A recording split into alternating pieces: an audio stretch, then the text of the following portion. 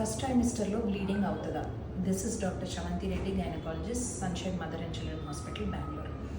So first ట్రైమిస్టర్లో most common reasons for bleeding రెండు ఉంటాయండి. ఒకటి normal, the other one is abnormal.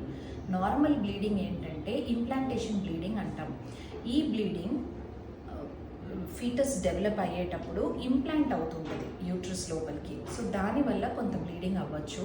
అది స్పాటింగ్ లాగా కానీ, బ్రౌనిష్ డిశ్చార్జ్ లాగా కానీ, ఆర్ 1-2 డ్రాప్లెట్స్ లాగా కానీ అవుతుంది అండ్ 2 to 3 days ఉంటుంది.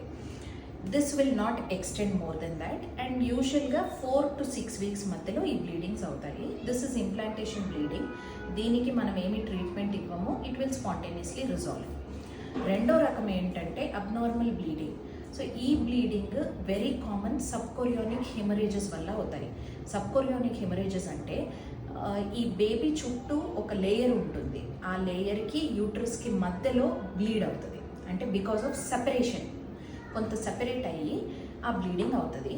సో ఇది ఒక్కొక్కసారి స్పాంటేనియస్గా అబార్షన్ కూడా లీడ్ చేయొచ్చు, ఆర్ ఒక్కొక్కసారి ఏంటంటే బేబీని ఎఫెక్ట్ చేయకుండా బ్లీడ్ అయ్యి ఉంటుంది.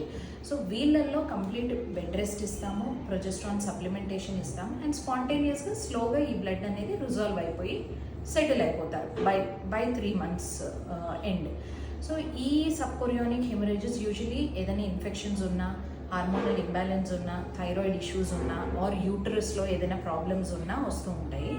సో ఇట్లాంటి బ్లీడ్స్ ఉన్నప్పుడు మటుకు you should be careful. But anyways, any bleeding during first trimester you should consult your gynaecologist and know whether it is normal or abnormal and accordingly move on. Thank you.